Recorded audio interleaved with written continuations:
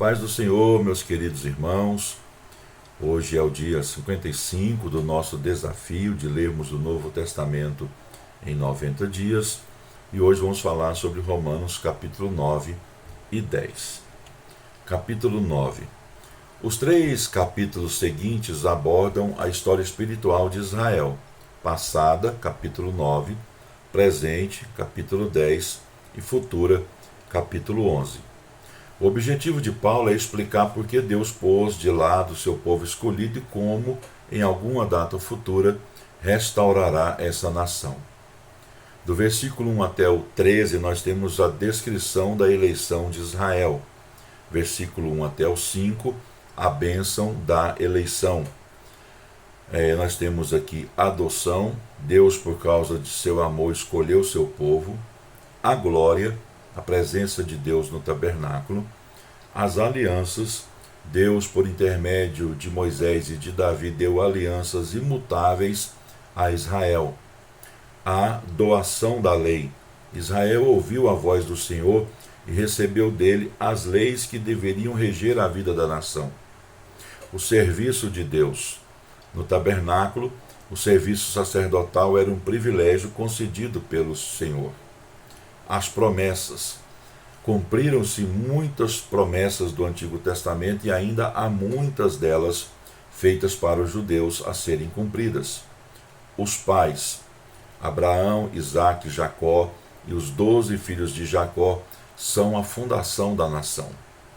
O Messias, Cristo era judeu da tribo de Judá e nasceu de acordo com a lei. No versículo 5, Paulo chama Cristo de Deus bendito para todo sempre.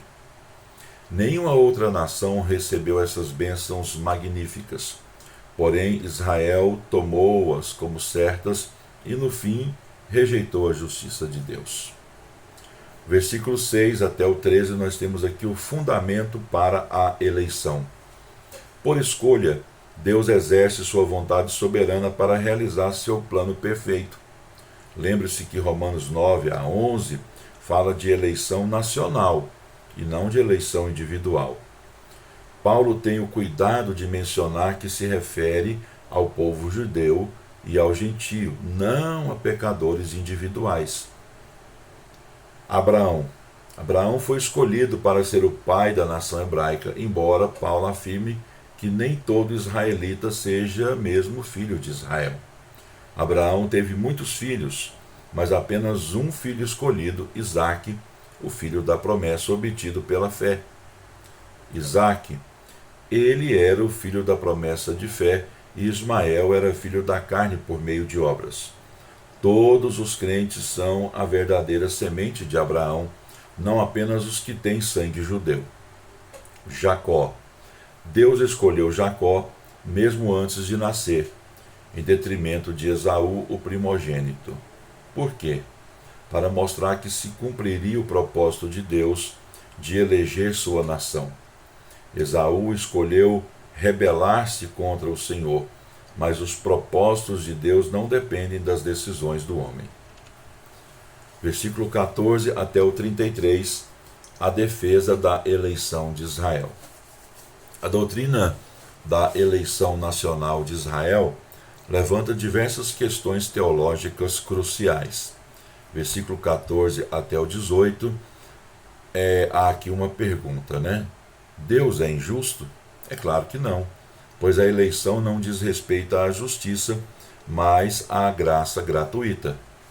Versículo 19 até o 29, responde a uma outra pergunta. Por que Deus se queixa se ninguém pode resistir à sua vontade? Paulo responde com uma parábola sobre o oleiro, provavelmente inspirado ali em Jeremias capítulo 18, versículo 1 até o 6. Deus é oleiro e as nações do mundo, com seus governantes, os vasos.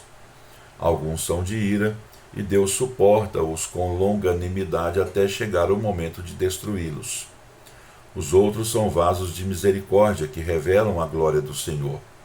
A seguir, Paulo cita Oséias capítulo 2, versículo 23 e capítulo 1, versículo 10, a fim de mostrar que Deus prometeu chamar um povo dentre os gentios, um povo para ser chamado de filhos do Deus vivo.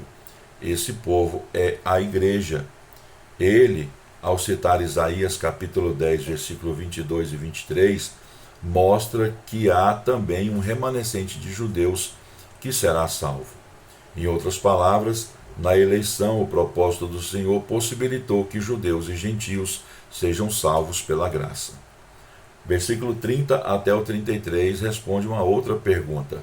O que podemos dizer a respeito dos gentios? Eis o paradoxo da história.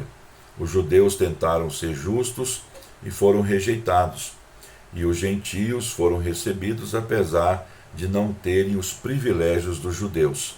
A razão disso é que os judeus buscaram a justiça pelas obras e os gentios a receberam pela fé por intermédio da graça de Deus. Os judeus tropeçaram no Messias crucificado. Eles não podiam crer em um Cristo crucificado, pois queriam um Messias que trouxesse liberdade política e glória para a nação. Nesse capítulo, Paulo tenta explicar a posição de Israel no plano de Deus. Israel fracassou terrivelmente em seguir o projeto do Senhor de abençoar o mundo, apesar de ser uma nação eleita e ter recebido privilégios que nenhuma outra nação recebeu. O capítulo todo exalta a graça soberana de Deus, mas não minimiza a responsabilidade de homens e de mulheres de tomarem a decisão certa. Romanos capítulo 10. Nesse capítulo, Paulo explica por que Israel, como nação, está na situação espiritual presente. O motivo da rejeição, versículo 1 até o 13. Nesse capítulo, a palavra-chave é justiça. Os judeus queriam justiça, mas tentaram obtê-la de forma errada. Os judeus gastavam energia na manutenção de um padrão justo com Deus, porém faziam suas obras em ignorância.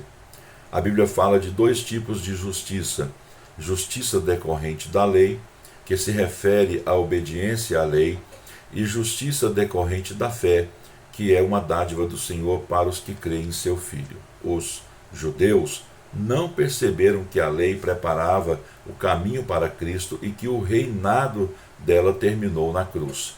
Assim rejeitaram a Cristo e agarraram-se à lei. Deus passou a lidar conosco fundamentado na cruz, pois Cristo morreu por nós e não com base na lei mosaica. Levítico 18, versículo 5 descreve a justiça decorrente da lei e Deuteronômio capítulo 30, versículo 12 até o 14, a justiça decorrente da fé. O remédio para a rejeição, versículo 14 até o 17. Aqui a sequência é a seguinte: enviam-se os mensageiros, eles anunciam a palavra, os pecadores ouvem a palavra, os pecadores creem na palavra, eles invocam a Cristo e são salvos. O argumento é que o pecador não é salvo à parte da palavra de Deus, pois a fé vem pela pregação e a pregação pela palavra de Cristo. Versículo 17. No versículo 15, Paulo faz referência a Isaías capítulo 52 e versículo 7. Versículo esse que apenas terá seu cumprimento integral quando a nação de Israel for estabelecida em seu reino. Imagine a alegria de Israel quando receber a notícia de que seu Messias reina. Qual é a atitude de Israel hoje? A de Isaías 53, versículo 1, onde ele pergunta: quem creu? Hoje Israel continua descrente como foi na época de Cristo e durante o tempo de testemunho dos apóstolos. No versículo 18, Paulo cita Salmo 19, verso 4, a fim de mostrar que a palavra de Deus alcançou até por intermédio da natureza a terra toda. Portanto, Israel é indesculpável. Versículo 18 até o 21, o resultado da rejeição. Como resultado da rejeição de Israel, Deus virou-se para os gentios e agora recolhe entre eles um povo para o seu nome. No entanto, isso não deveria surpreender os judeus, pois em Isaías 65, versículo 1 e 2, Anunciou a desobediência de Israel, mas também que os gentios encontrariam o Senhor e a sua salvação. Em Romanos 9 até o 11, Paulo indica que a misericórdia estendeu-se aos gentios com a queda de Israel. Leia o capítulo 11 e o versículo 11. Deus encerrou todos na desobediência. Assim podia ter misericórdia para com todos por meio da graça viabilizada pelo Calvário. Capítulo 11, versículo 32. O versículo 21 com certeza afirma a atitude de Deus, mesmo hoje em relação a Israel. Embora a nação tenha sido posta de lado por causa da cegueira e da descrença, o Senhor anseia pelo judeu não salvo da mesma forma que pelo gentio perdido. Com certeza, muitos judeus que ouvem o Evangelho hoje crerão em Cristo após o arrebatamento da igreja e o início do período da grande tribulação. Observe diversos pontos práticos antes de deixarmos esse capítulo. A salvação não é difícil. O versículo 13 diz: todo aquele que invocar o nome do Senhor será salvo. É importante apresentar a palavra de Deus ao pecador perdido. Há apenas duas religiões no mundo: a justiça decorrente da lei e a justiça decorrente da fé. Ninguém pode satisfazer a primeira, mas todos podem responder à segunda. Termina aqui mais um vídeo. Deus abençoe sua vida. E quero lembrar que os nossos comentários são extraídos e adaptados aqui conforme a nossa necessidade do comentário bíblico UESB. Até o próximo vídeo.